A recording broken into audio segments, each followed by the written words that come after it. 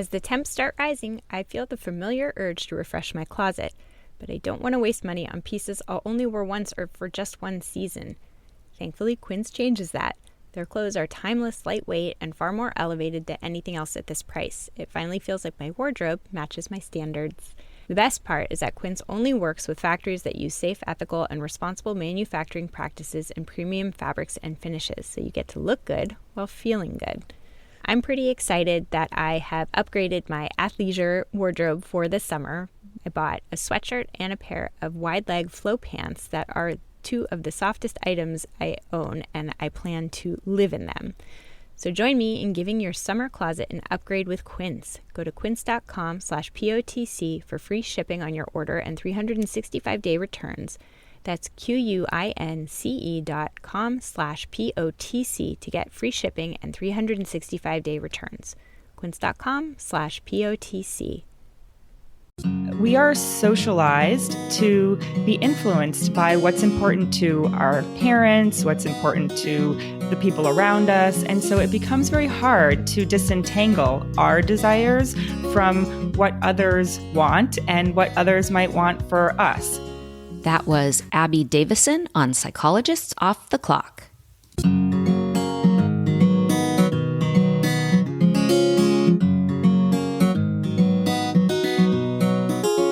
We are three clinical psychologists here to bring you cutting-edge and science-based ideas from psychology to help you flourish in your relationships, work, and health. I'm Dr. Debbie Sorensen, practicing in Mile High, Denver, Colorado, author of Act Daily Journal, the Act Daily Card Deck, and the upcoming book, Act for Burnout. I'm Dr. Yael Schoenbrunn, a Boston-based clinical psychologist, assistant professor at Brown University, and author of the book Work, Parent, Thrive. And from coastal New England, I'm Dr. Jill Stoddard, author of Be Mighty, the Big Book of Act Metaphors, and the upcoming Imposter No More. We hope you take what you learn here to build a rich and meaningful life. Thank you for listening to Psychologists Off the Clock. I'm here with Debbie to introduce today's episode with Abby Davisson, and we talked about her book, Love and Money, which I thought was such a juicy title. And Debbie, I'm curious what your reaction to the episode was. Well, I think she talks about how in a relationship with someone, we have to navigate all these, important things and try to come to a consensus and figure out, what do we want to do about these, about where to live and do we have kids and some of these major life decisions together. And it can be challenging to talk about these things sometimes and to come to a consensus. And so I think it was really interesting to just think about that. And one thing that stood out to me personally, I'm always interested when I start to hear a term in a lot of places all at once. And you talk in the episode about something called mimetic desire. And it's so interesting because I don't know if I never heard it before or if I heard it but just didn't pay attention to it. But recently, our friend Meg McKelvey, who's been on the podcast before for an episode on belonging, said something to me about it, which sparked an interest. And it was also mentioned in the show White Lotus. I don't know if you've seen that one, but that's been all the rage lately.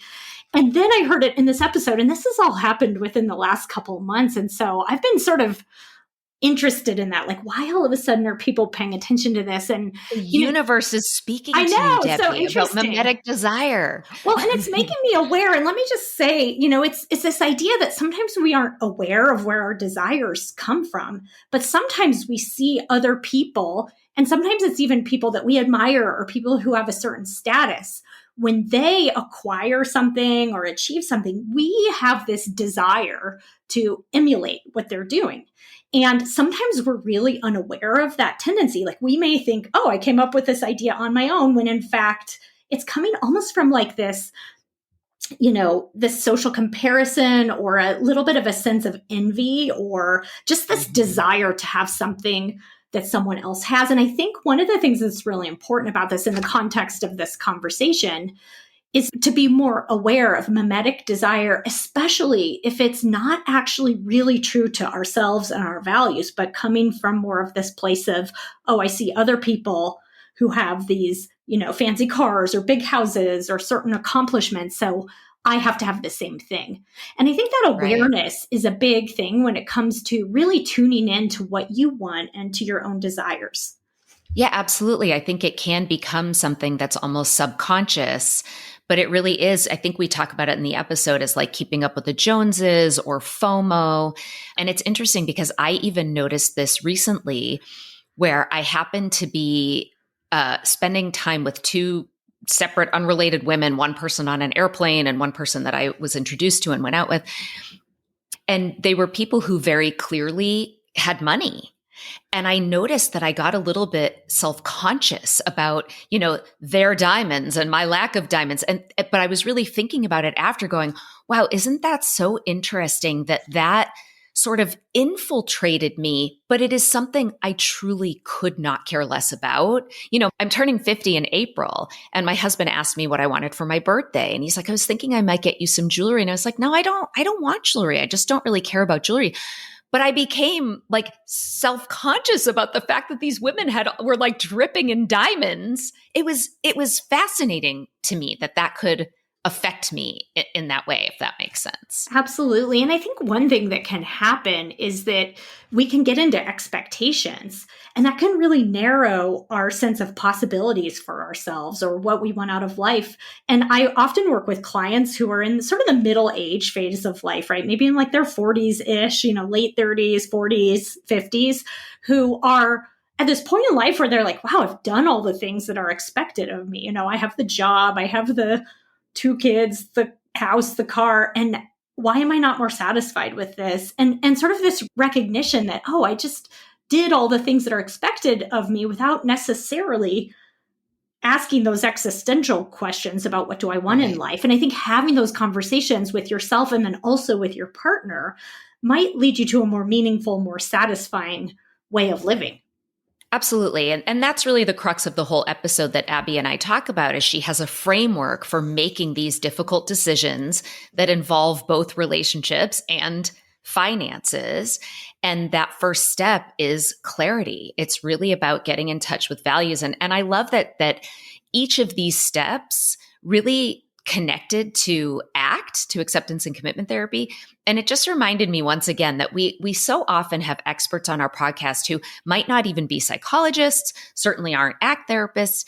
And yet so much of what we talk about overlaps. It's like we're speaking different languages, but we're so often saying the same thing. And I get so much comfort from that there are all these smart people doing all this work out there that we can benefit from in terms of our psychological well-being. And so, her talking about clarity around values and being creative around finding workable choices. We talk a little bit about the importance of process over outcome, decisions based on experience rather than language. So I think for people who like ACT and are interested in ACT, you'll see a lot of overlap throughout this conversation about this decision-making framework. And also the flexibility piece. I really liked that she talked about how sometimes this evolves over the course of time, because you can't really predict, when let's just say you're in a new relationship and it's getting serious and you're talking about things like kids and money and where to live.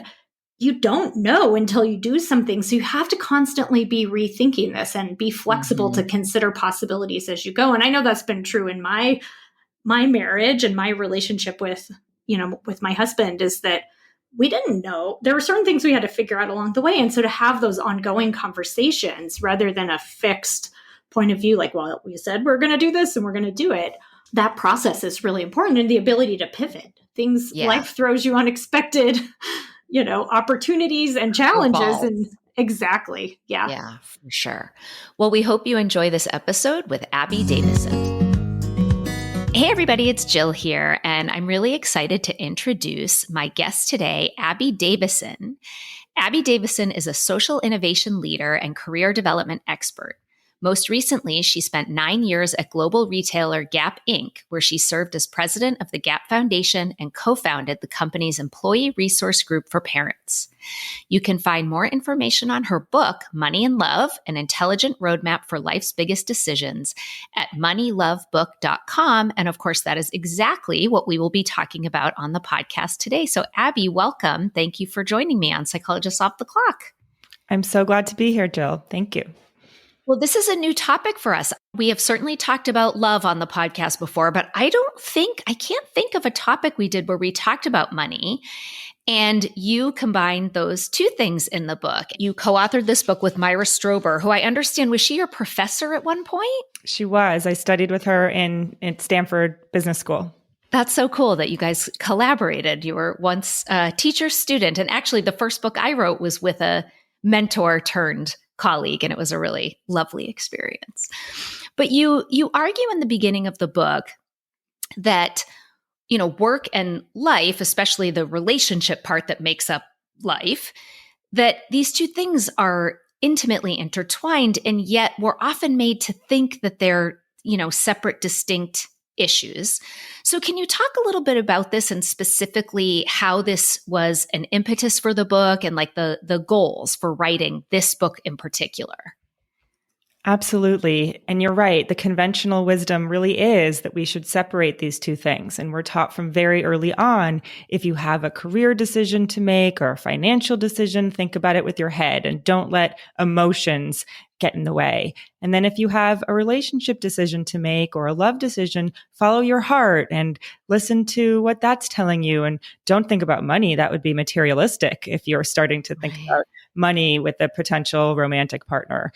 But the problem with that is that all of life's biggest decisions, whether it's who to spend your life with, what you want to do for your livelihood, where to live, how to care for aging relatives, all of those have a component of money and a component of love. And so when you isolate those two things and you think about them in a compartmentalized fashion, you're missing a giant part of the picture. And that can lead to making decisions that you might regret. And so Myra Strober, as you mentioned, is my co-author. She was a labor economist who was the first woman faculty member hired in a tenure track position at Stanford Business School. And so she was very aware in her career that the decisions she made in her personal life were having an impact on her career. She actually was denied tenure for her first job in a university because she had young children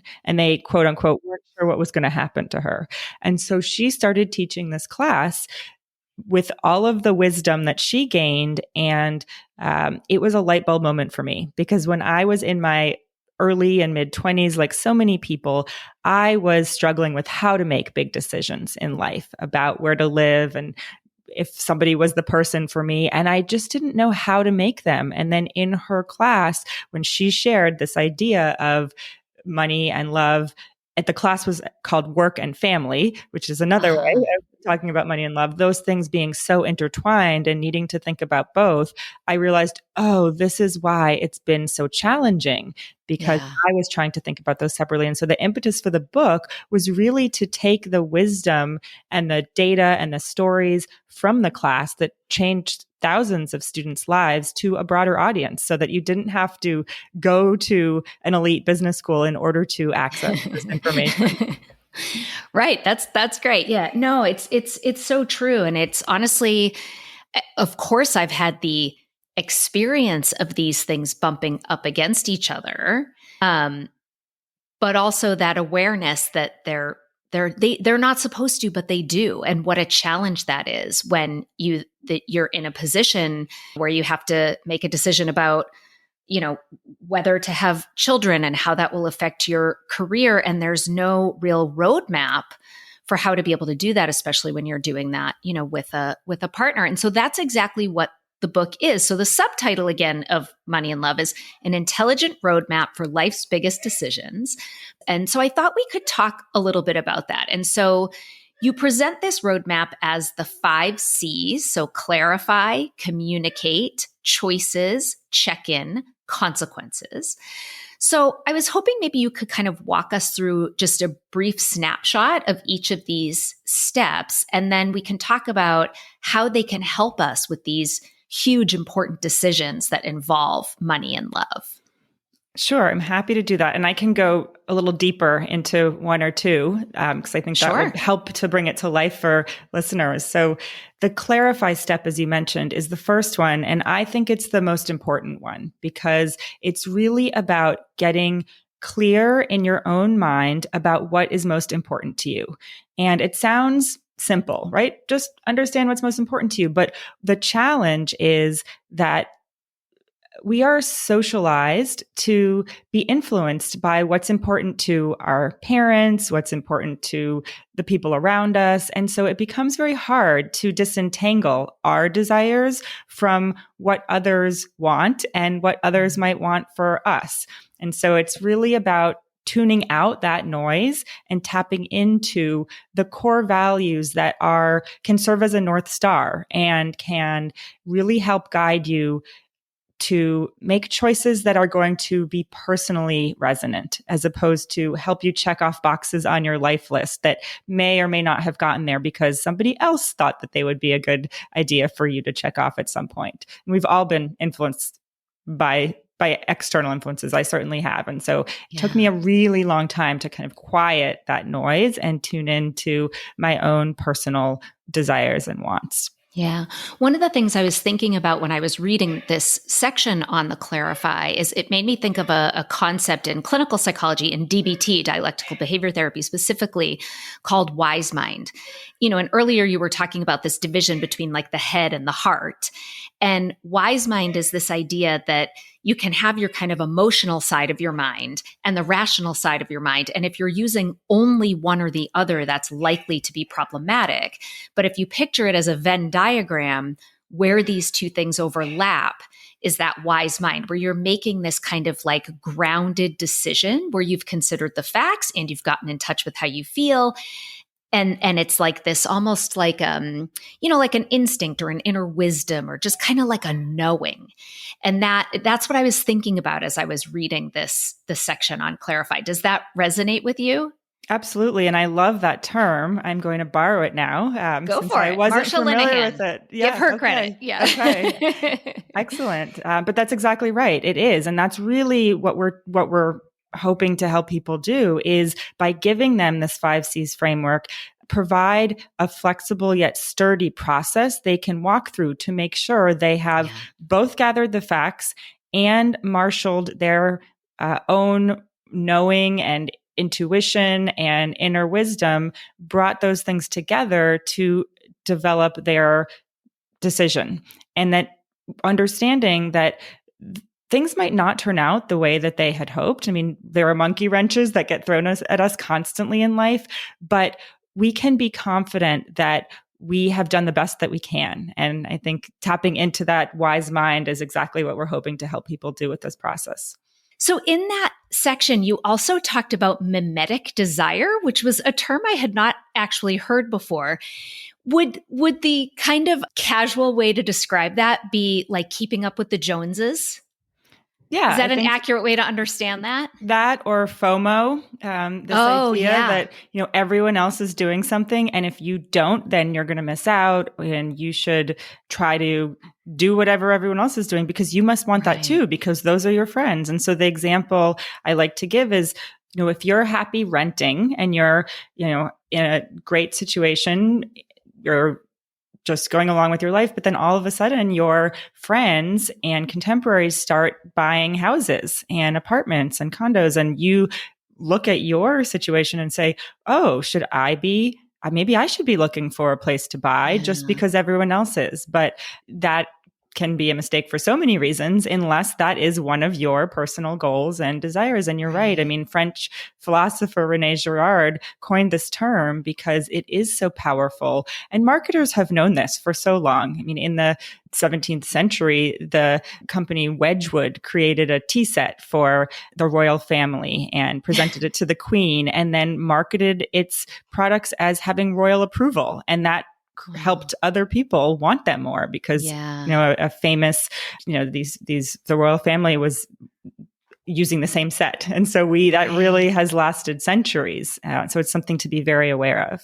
Yeah. So that social comparison can make you think that you want a certain thing. And this step 1 clarifying is really getting clear on, you almost have to be aware of that mimetic desire and the role of social media and all the other things and FOMO, and to really boil down and get clear on what's genuinely important. Absolutely. And social media is so powerful in this because we have never before been able to see all the highlights of what everyone else is doing in such a compressed way. So it is very helpful to have that awareness. Yeah. Is there anything specific you recommend? So you have these great worksheets in the book that I love, and I am a big believer that you have to get out of your brain. You know, when you're just ping-ponging around inside your mind, I think it's very hard to get clarity. But when you sit and, write things down, I think that really helps. Is there anything else that you recommend to help people get more clear on what's truly important to them? Identifying your core values is very helpful. And there are lots of exercises online that you can Google and find values generators that you can sort into, this is important to me, this is not. And when you distill it down to, really 3 to 5 are your core values that should guide everything that you do. It can be so helpful because it starts to help you understand why certain things bother you more. Another thing you can do is actually really pay attention to when you're reading the newspaper or articles online, what gets you really fired up? What gets you, super annoyed and angry and say, oh, this shouldn't be like this. And that is because it's hitting a nerve of one of your core values. And when you identify what that is, it can help you work towards aligning your decisions with that value. Yeah. And I'm going to ask you if we can walk through a couple examples once we get through the steps, but a couple examples in the different areas we've talked about.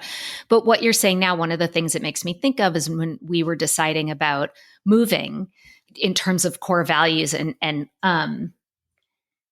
there were certain areas where we knew the communities were more aligned in terms of our values, and we wanted our kids to live in a place where we felt that they would be accepted and affirmed for who they are, even if they're different. And, so that was one of the ways we were looking at values when we were talking about where it was that we wanted to live. Absolutely. And that is such a big decision. And we can talk more about that in a minute. Okay. So tell me about communicate. So communicate is, if the first step is all about tuning into what you care about and what's important to you, the communicate step is actually starting to talk with the other people or person affected by the decision. Because even if, for example, you're deciding whether to accept a new job, if you are partnered, if you have other people living in your household, those people are going to be affected by the new role that you're taking on as well. And so making sure you're not assuming what their response would be, but taking the time to communicate. And that is both talking and listening to what they think, their reaction, their core values, and how that might affect the decision.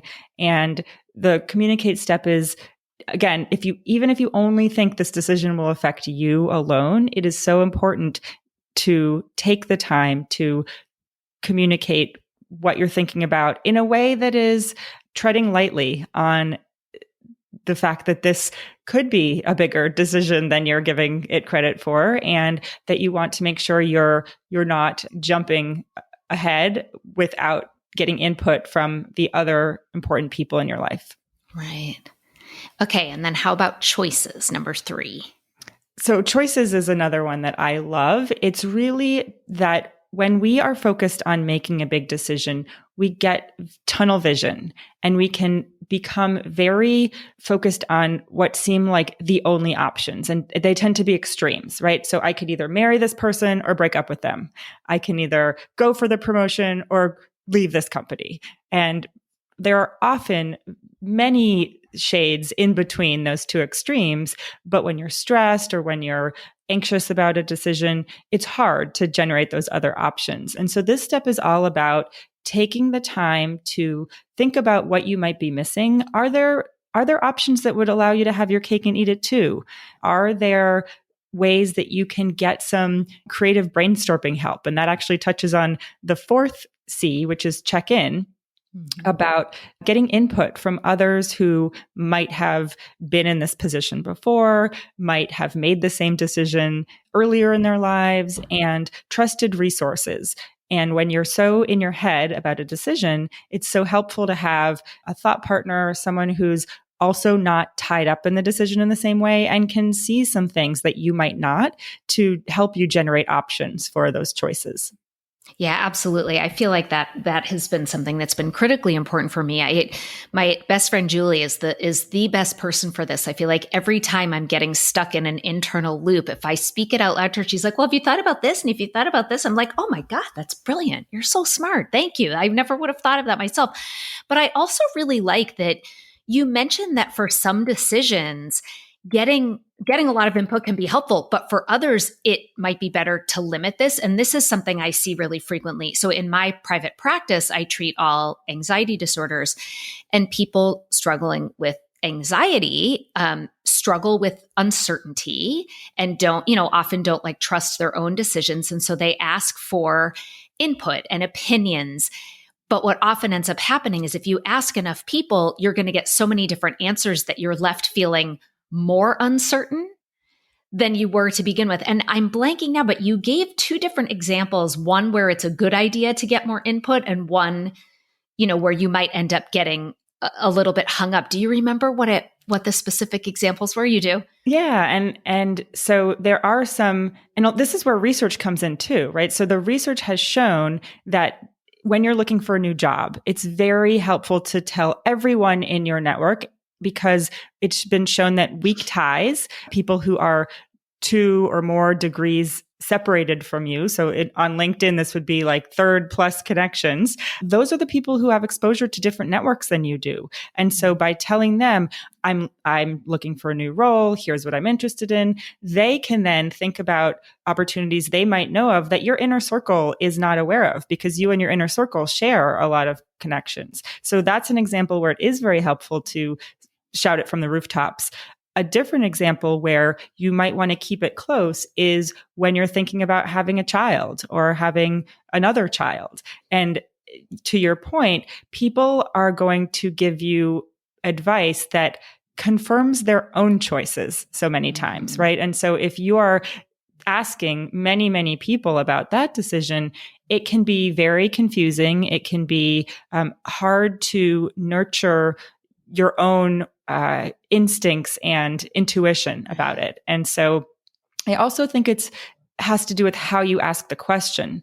And so if you are asking people, what would you do in my situation? That can be very confusing because they're just going to tell you what they think you should do, or maybe what they think you want to hear.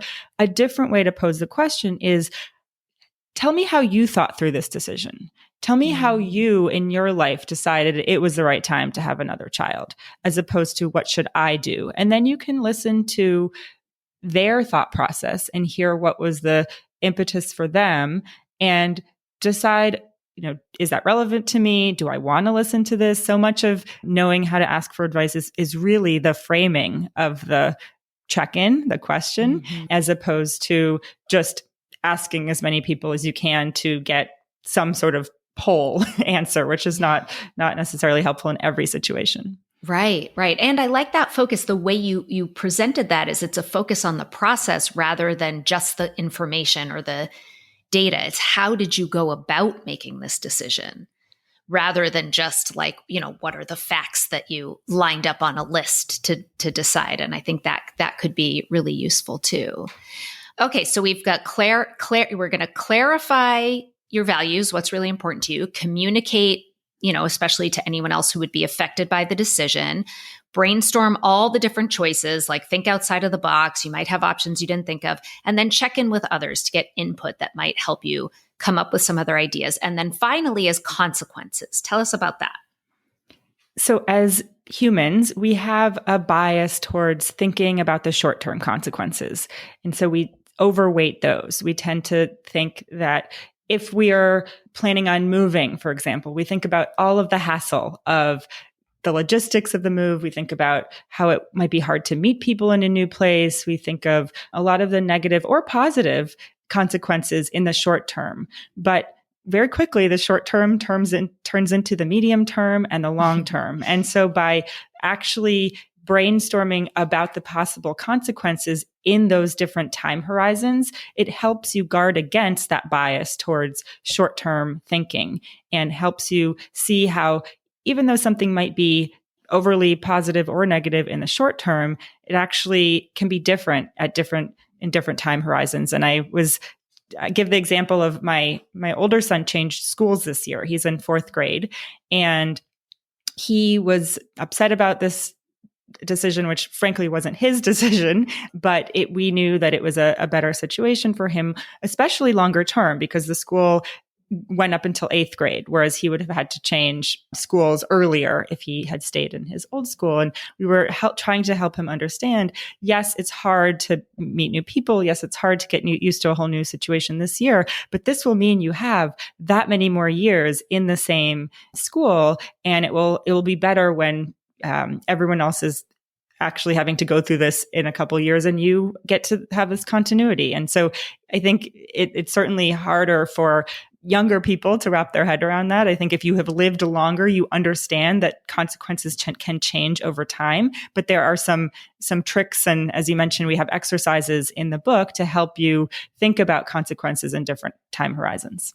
Yeah, it's making me think of the marshmallow test. Mm-hmm. You can have one marshmallow now or 2 marshmallows later, and that's something that we have to develop over time, that sort of like ability to delay gratification or to think through that there might be more positive consequences in the long run, even if it's harder in the short run.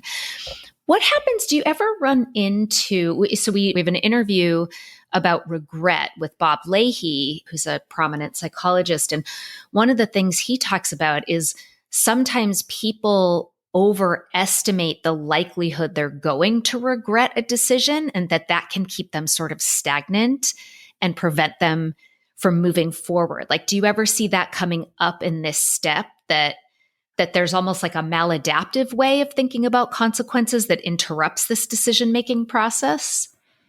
Yes, and I'm eager to listen to that episode because I think it's so interesting and adjacent to this work. Yeah. But there's definitely a lot of research that shows that people regret things they didn't do, the risk they didn't take. And I think you're exactly right that bias towards thinking of the worst case scenario can stop us from taking those risks that would actually make us happier in the long run just because we tried, not necessarily because it worked out. But I think the studies of people who are in hospice and towards the end of their lives do show that their biggest regrets are not, that they went for something, took a risk or went after that dream. It was that they didn't try and they played it safe. And so not to encourage everyone to, take risk wildly, but really, I mean, our framework is designed to help people slow down their decision making. So they're not making decisions in haste or fueled by anger or fear or other negative emotions that can sometimes make us rush to get a certain point. But if you go through this process and it's still, you're still feeling like you should go for it, then by all means. I mean, I think that is definitely something that we've all seen over the last several years of life is short. You don't know how much time you have. And so better to try something, realize either it's going to work or, it's not going to work. And then you can know that you've tried. And that's certainly been something that's governed my own decision-making in the last several years, along with road testing this process. And I'm also happy to talk about, a decision that I made thinking through this, using this process, if it's helpful. Yeah, I would love to do that. I think, one of the things that keeps coming to me too is just the role of uncertainty. And, a lot of what we do as therapists is help people make decisions. And it's almost like there's this incorrect assumption that when you have a decision to make, there's a right one and there's a wrong one. And if you make the wrong one, you're going to regret and everything's going to be terrible. And then you're stuck. When the way I often present this to people is like, you make decisions and there will be consequences. And some of those consequences you'll like, and some of them maybe you couldn't foresee, and you end up not liking them. But you learn from those consequences, both the ones you like and the ones that maybe are more challenging. And then you make new decisions and you pivot. And there's very little that we do or decide in life that is like so completely permanent that you're going to be stuck in a horrific situation. Now, most likely, and a lot of the decisions you talk about in the book are the really big decisions. So they are really difficult to make because probably if you decide to have a kid, you're not going to give them back, right? Well, you can't give them back, and Exactly. probably you're not going to give them up, right? If you've made the decision to. So certainly those really big decisions can feel so much harder. They feel so life altering, and especially because they often do cost a lot of money, if you're going to go back to graduate school or have a kid or whatever the case may be. So I think it would be really useful to walk through. So we can either do your example, or I had one that I wanted to ask you to go through, because I know it's something that so many couples, but maybe like especially women in traditional heterosexual couples, struggle with. So, let's do your example. Okay. So you have you have so many great chapters on having kids, about moving, about whether to get married, about growing older. And one of the chapters is about helping for couples to decide how to divvy up their domestic care, their housework and their childcare. And you cite Eve Rodsky, who is the only guest we've ever had on our podcast 3 times. So I'm a big fan of her Fair Play system. And so I thought maybe we could go through these 5 C's in terms of an example of how we might help people make those decisions about how, because typically you're talking about people who are working and raising children and taking care of a home and trying to figure out how to decide who should be doing what, hopefully in a fair and equitable way. And I think it's something that people really struggle with. I love that. Let's do it. Very relevant. Awesome. All right. So let's start with clarify then. Yeah. So one of the things that I love about Fair Play is that there are 100 cards, right, of all of the possible tasks that you could do. Everything from the daily grind tasks that making lunches have to get done every day, to things like planning birthday parties, writing thank you notes, planning travel, that are not everyday tasks, but they certainly are. They come up 1 or more times a year. And one of the things that the clarify step could help you do here is go through that list of tasks that need to get done and decide what is important to you as a family based on your family mission statement, which is an exercise that Emily Oster, who wrote Crib Sheet and The Family Firm. Yeah, we've had her on the podcast too. She's fantastic. Yeah. So one of the things she suggests is writing a family mission statement of what is your mission as a family, and then what are the priorities for you as parents and for your children. And that can help you actually take off the list some of the many things that can crop up. I remember when I first realized we did not have to attend every single birthday party that my children were invited to. It was like, whoa, you mean every weekend doesn't need to be exactly right? But like, I am a social person. I wanted my kids to meet people, right? And so my instinct was just to say yes.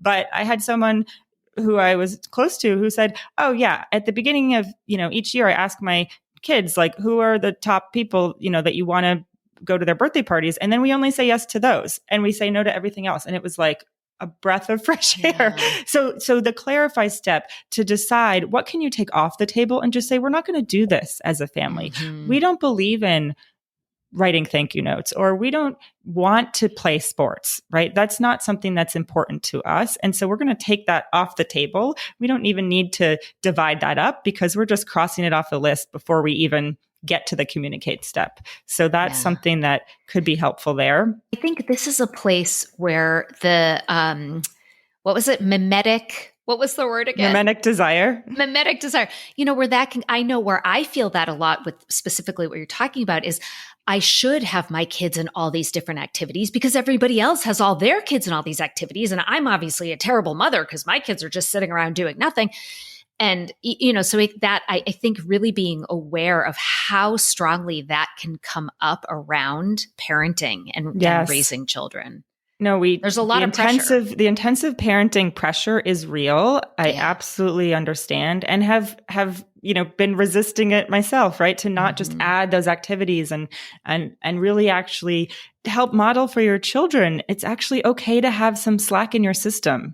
It's something that I think we too often don't realize until things go off the rails. And then we look and we say, oh, well, of course, when you're scheduled within an inch of your life, one monkey wrench is going to throw things off. Right. And so how do you have a little bit more of that slack? And that often is, not signing up for an activity every single day after school or every weekend. Yeah, and getting clear on what matters to you, not what your parents think you should. This was the original thing you were talking about. And I know I was laughing when you said thank you notes, because that was one of the things I chose to stop doing. And I get all this anxiety. And my mother's not even alive anymore, but I often think, oh my gosh, she would be rolling over in her grave if she knew that I didn't write thank you notes. And I even mentioned it to my aunt at one point, and it was clear that, the generation ahead of me did not think it was okay to not write thank you notes. But something has to give, and to be able to get clear on what is, like you said, my family mission statement and important to me or to my spouse, to my children, and how do we stick with those things and set some boundaries in other areas? Absolutely. And so once you have that clarity, you then begin the communicate step. And that is certainly something to do with the person who you're dividing these tasks with. And what's so important about that step is to give this the time and space it deserves. It's really something that you should do regularly. I mean, certainly early on in a relationship, but then as Eve talks about in Fair Play, I mean, put time on the calendar that is convenient for both of you. I mean, my husband and I have a weekly check-in where we kind of have it on the calendar. It's blocked. It happens, on Fridays. And so that we're aware that it's coming. We don't book over it. And it's something where we're not, mentioning it as we're brushing our teeth, getting ready for bed, or trying to get the kids out the door in the morning. It's that's not the time to have these conversations. Right. So thinking about the time and the place, and then making space for, as I said, not just talking, but listening, trying to understand if there is something going on for your partner that would warrant a redistribution of tasks. I think that's something we often think about that when big things happen, right? When we move or we have another child, or, there's some big life event, but it could even just be, on the thank you notes, I had that card for a long time. And one day I just got so sick of it. And I said, I can't do this anymore. It is important to me that our kids do this, but I can't hold this card anymore. And so my husband said, okay, I will take it. And, now he's the one who does the thank you note. So it could just be that you get to your moment of, I just can't do this right now, and be able to articulate that as well, instead of letting it go too far. And then the resentment starts simmering, and the other person doesn't even know that you have that resentment because you're just swallowing it. Yeah. So I imagine, if I had to guess what many of our listeners are thinking, it's well, yeah, but at this communication stage, when I say, here's how I think we should split things up, and, he says, I'm already doing just as much as you are, and you think, no, I'm doing 70%, you're doing 30. There's a disagreement about the distribution. I'm imagining that this is where the choices and the check-in and the consequences can maybe help get over that hump if there's a struggle to agree with moving forward with this decision at that communicate stage. Yes, absolutely. And these exactly your point. These are not linear steps. They are iterative, and they actually can inform and change the answers when you do start to kind of use them simultaneously or in parallel. And so one thing that I remember, Myra in her class had an exercise, and it's actually the one in the book is based on it, is that one choice you have is to certainly not do something, but also to outsource. And that's a way where you're saying, actually, I'm choosing to spend my money to address this task as opposed to my time. And many of us struggle with feeling like, oh, well, is it okay to hire someone to do this? Or shouldn't I be the one to, I think we are certainly, there's a stigma in our society against sharing how much help we have. And it requires so much help to have 2 full careers, multiple children, even pets, right? There's so much work involved, and we are not good as a society at letting people behind the curtain to see all of the outsourcing. And therefore there's a stigma against it. And certainly other issues that we haven't addressed as a society in terms of valuing caregiving and paying domestic workers fairly. And right, there's so many issues that are beyond the scope of this framework, which we very much acknowledge, but certainly talking about if people do not feel like there's an even distribution, how might we introduce the idea of outsourcing a certain task so that it doesn't become the straw that breaks the couple's back. And certainly the checking in step in terms of seeing, well, how are our friends doing it? I remember learning early on that one of our friends had the dad be the primary point of contact for the dentist, the doctor, all of the appointments, the haircuts, and saying like, oh, that's brilliant. I think then you, as I've learned, end up fighting the default parent. They still call the mom. They still call the mom. I think at this point, after 10 years, we've trained our pediatrician and dentist to actually just text my husband. But yes, you do have to recognize that even though you've made that decision internally, they might not recognize it. But checking in to see how, your peers are handling things, what options you have, certainly asking people who are a little bit ahead in their careers and lives can be helpful to say, okay, when you added another child, what were the things you needed to shift? Help us think, see what we don't know yet and see how we might need to reorganize things so that it doesn't become a burden. And one of the exercises I love about this is when you're not to wait to the point where you have made that change, but even if you're anticipating a change, you can draw something called a change map, which is where you talk about the change and then you think about all the things that are going to be different as a result of that change. And some of those things might require new tasks, new responsibilities, and how might you anticipate those and assign those in advance so that you're not kind of waiting until after the fact and then you're realizing, oh, wait a minute, my son is now going to a school 30 minutes away. So that means my commute time to drop him off just doubled. You should be able to anticipate that and then take some other things off of that person's plate if the drop off and the pickup is going to take longer. So a change map can be helpful in anticipating.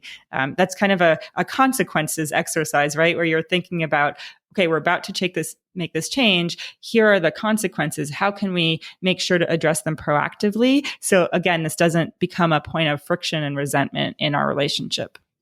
Right. And as right, context change, everything else can change too. I actually had that work in my favor when I hold the cards to do like the pickup and drop off of my kids for school.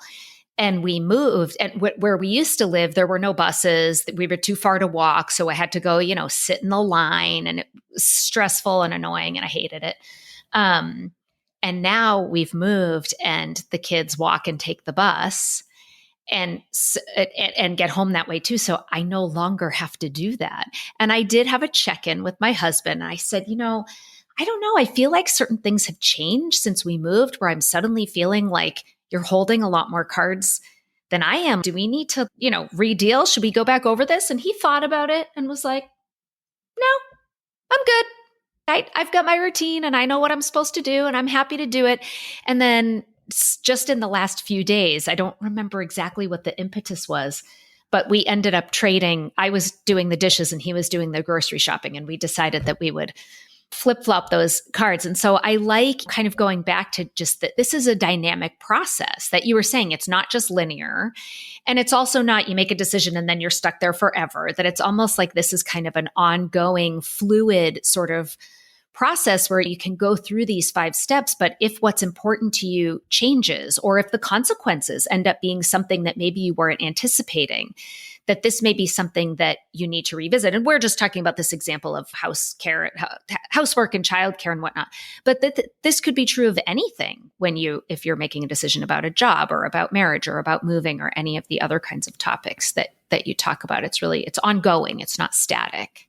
Certainly. And it sounds like you and your husband have this practice and you were proactive about saying, hey, how is this feeling to you? And so then he felt safe and comfortable to come back later and said, actually, something does feel off. It was okay at the moment, but now, and once you have that pattern and that dynamic, it is so much easier to have these conversations. They don't take, hours and hours. You could just sort of use the shorthand and the vocabulary. And I think that is the benefit. So my husband and I both took this class together when we were MBA students. We had only been dating for about a year at the time. And the class really forced us to have conversations we didn't feel ready to have about living together after we graduated and looking for jobs in the same city.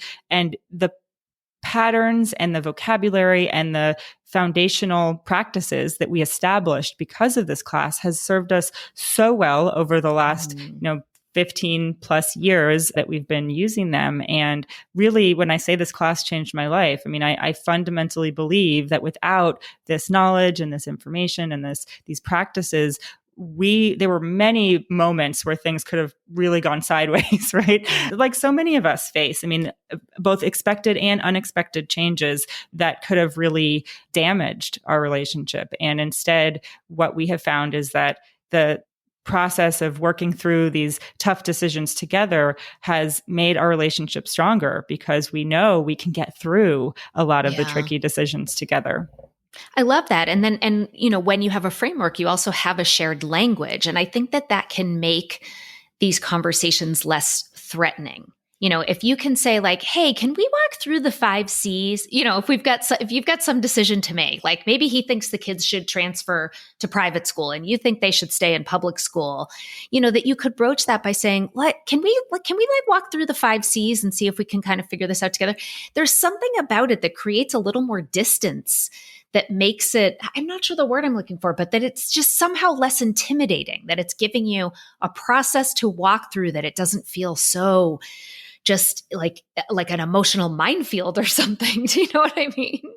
Yeah, I mean, it is. They're so fraught, these decisions. Yes. And they are ones that can feel, you mentioned the idea that we are not comfortable with uncertainty. I mean, so many of us want to just get to the other side of a decision. And so we're just kind of rushing the process. But I think you're right. The idea of having some structure to bring to the process to say, okay, we don't have to decide tomorrow if we're going to move, right? But let's just take this, time to walk through the 5 C's and just in our own experience, because we also made a moving decision over the last several years, what we thought was important to us initially at the beginning of the process ended up changing. So we re-clarified by going through the steps what was important to us. We thought it was important to us to get more space and to be in a place where at that point schools were open, because this was, we live in San Francisco and that was the largest urban school district that had schools remote the longest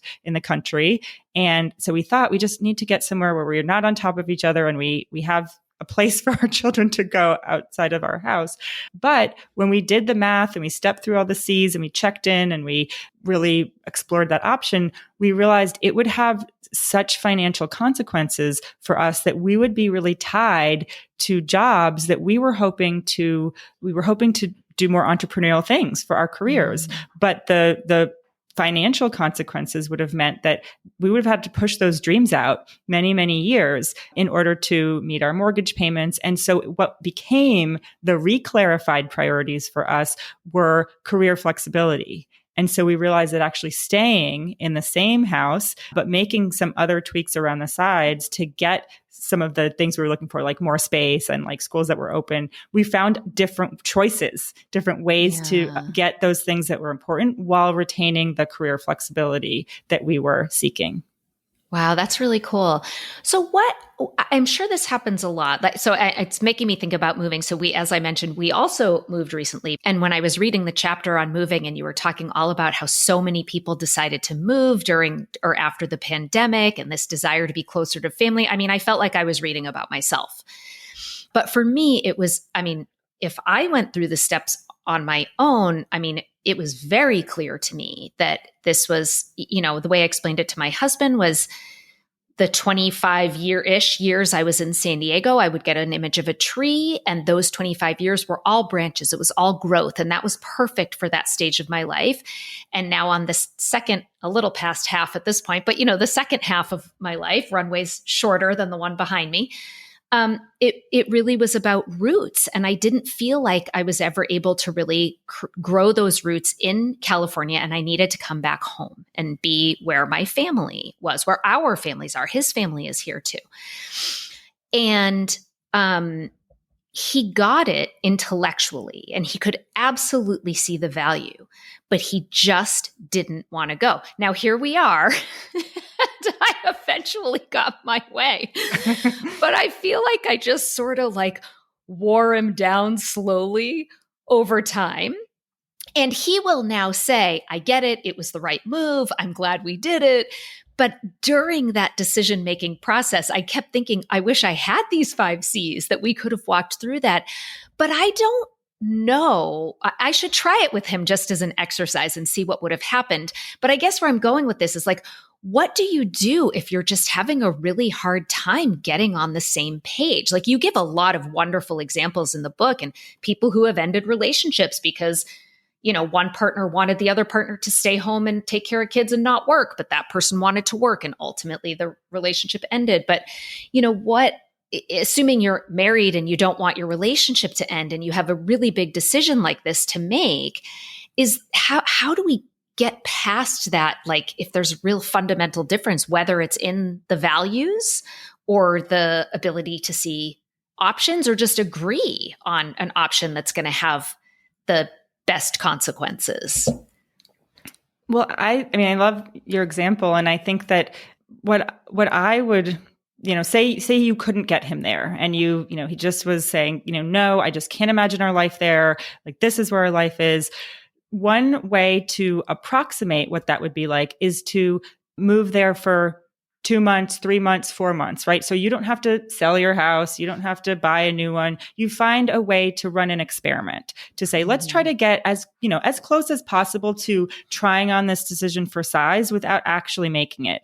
But instead of just sort of the intellectual exercise of like, but who do we even know there? And I don't, like, you associate that with like your youth, and, you don't want to live in my parents' house anymore, right? Like, you have, try to approximate the experience you would have, not the association you have in your head of a place. Right. And we were actually going to do this and sort of rent a house in the, you could do it for a couple of weeks. You could do it for, a month or longer in the place that we were thinking of living, to just try it on for size, because I think you're right. We need to trick our brain somehow to overcome the resistance that we have. And one way to trick our brain is to realize, oh, it's not actually what I was thinking about. And so that's what I would have, recommended doing if you had said, we're still in this and we still have no idea how we're going to make this decision. It's, how can you just generate another option that is in between the staying and moving? Yeah. So it's really brainstorming those choices and thinking outside of the box. And I think what ended up making us turn the corner is we had done that and decided we would live here for the summer and live there in the winter. And then I had put hours and hours and hours of work into making those logistics happen. And then it all fell through. And I had a little bit of an emotional freak out and threw a remote control across the room, which I've never done in my life. I think I really scared my family. And maybe it was then that he was like, okay, I can see that this is really, really important to her. Maybe I need to get on board a little bit more. But the other thing you're making me think about is, in the type of therapy my co-host and I do, acceptance commitment therapy, one of the things we talk about is how getting caught up in language can really cause you to get stuck. So when you rely on assumptions and predictions and judgments and reasons, and that it can prevent you from moving forward. And what is optimal is to be able to get in touch with actual lived experience. And I think that's what you're talking about, is like trying to make a decision based on experience, not all these things that might be spinning in your head that you assume it's going to be this way or that way, when, sometimes you can make your best guess and you can talk through what you imagine the consequences will be. But ultimately, if there's a way to rely on experience rather than rules and assumptions and judgments, et cetera, that's really a better way to go. Absolutely. And I think when you threw that remote control across the room, you clarified how important it was for you, right? Both for yourself and for everyone else in your house. And that was an important signal. I think I yelled, I just want to be with my family. And so it wasn't like, screw you guys that you won't let me do what I want. It really was like, I am hurting that it was during COVID when you couldn't travel and we were kept apart for such a long time, that created a lot of clarification there. And so then when, it felt like I was running up against that boundary or that obstacle one more time, I got a little frustrated. So I just want to ask one more question. I'm curious about how this works when it comes to divorce, because it's hard to get on the same page with some of these really difficult decisions, even when we're in love and we want the best for each other. So how do you recommend people make decisions both about divorce, like whether to get divorced, but especially navigating decisions after divorce? So my co-author is divorced and talks a lot about how having an amicable divorce was the most important thing to her and her ex-husband, because they had children. They realized they're going to keep living in the same community. And so that did actually guide a lot of what they decided and how they stepped through the process, with the goal of not kind of getting the most that they could from the other person or getting exactly their way, but wanting to have a place at the end of it where their children didn't feel like they had to choose between parents, and that they could have, eventually they spent Thanksgivings together. So they really got to a very amicable place. But in terms of deciding whether to get divorced, that is a really tricky one. And I think one thing to do is to make sure that you are getting help. I know I'm preaching to the choir here. You do this professionally, but so often I think couples can get into their own worlds and they need someone who is neutral, a third party, who has more experience with this, right? With other couples, and who can help them make the decision. Is this really an intractable problem? Or is this just, like you said, a problem of language, a problem of redistributing tasks, a problem of, do you still want the same things in the end, or have you grown apart such that you don't? And so certainly, I am a big advocate of therapy in all forms, but certainly couple therapy, couples having the help of someone who can provide input beyond just the two people in that dynamic can be so helpful. Yeah. And with the check-in step, it's just occurring to me now that I think sometimes we can check in with the people who are going to say what we think we want to hear. And that maybe to be careful and make sure we're checking in, like even with that friend who tells you the truth, even if it might be something you don't want to hear. Like if you really want to get kind of valid input, that you vary your sources. And so whether that's a professional or whether that's your friend that tells the truth no matter what, that would be an important step for any of these decisions, really, not just the person who's going to agree with you. Absolutely. Yeah. Well, there is so much more in this book. The time went by so fast, but like I said, there's chapters on deciding about whether to get married, when to get married, whether to have kids, when to have kids, working, staying home, so much more, growing older, and goes through so many different factors to consider when making these decisions. And then, of course, the process for going about making these decisions. So listeners should pick up the book. Again, it's Money and Love, an Intelligent Roadmap for Life's Biggest Decisions. So if you want more depth and detail in those areas, you'll find that, as long as those awesome worksheets that I talked about to help go through the 5 C's. So Abby, thank you so much for joining me. This was really illuminating, and I appreciate all your input. This was a wonderful conversation. Thank you so much, Jill.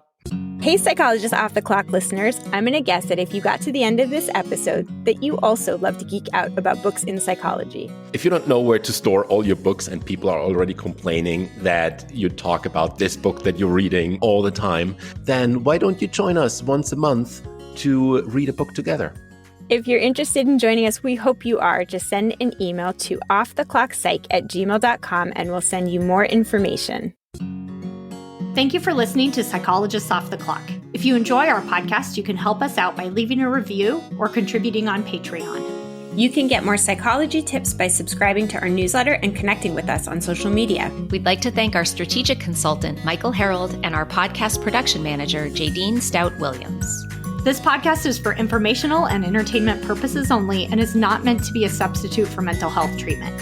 If you're having a mental health emergency, dial 911. If you're looking for mental health treatment, please visit the resources page of our website, offtheclockpsych.com.